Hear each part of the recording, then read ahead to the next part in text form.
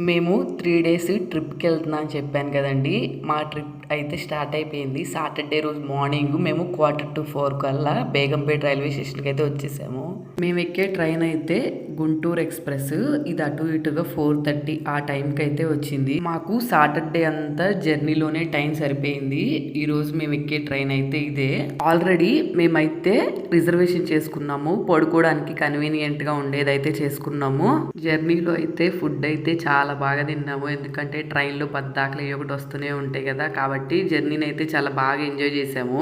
మేమైతే నంద్యాల రైల్వే స్టేషన్‌కి అయితే వెళ్ళాము. అక్కడి నుంచి తర్వాత బస్ ఎక్కి ఆలుగడ్డ అయితే వెళ్ళాము. అక్కడి నుంచి మేము ఎక్కడికైతే వెళ్ళాలనుకున్నామో అక్కడికి బస్సు ఉంది. మేము వెళ్ళాలనుకున్న ప్లేస్‌కి వెళ్ళేటప్పటికి మాకైతే ఈవినింగ్ 6:30, 7 దాకా అయితే టైం పట్టింది. మేము ఎక్కడికి వెళ్ళాము, ఏ ప్లేస్‌కి వెళ్ళాము ఇవన్నీ డీటెయిల్డ్‌గా అయితే నేను నెక్స్ట్ షార్ట్స్‌లో మీకు అప్లోడ్ చేస్తాను. ఈజీగా అర్థమైపోతుంది. నేనైతే ఇంటి దగ్గరే మార్నింగ్ బ్రేక్‌ఫాస్ట్ అలాగే ఆఫ్టర్‌నూన్ లంచ్ అంతా ప్రిపేర్ చేసేసుకొని అయితే వచ్చాము. అందుకే మాకు ఫుడ్ ఎక్కడ ఇబ్బంది అవ్వలేదు. అంతగా ఏదో చిన్న చిన్న ఫుడ్ అయితే బయట కొనుక్కొని అయితే తినేసాము పిల్లల కోసము. చాలా వరకు అయితే మాకు డే అంతా చాలా బాగా ఎంజాయ్ చేస్తా అయితే వెళ్ళాము.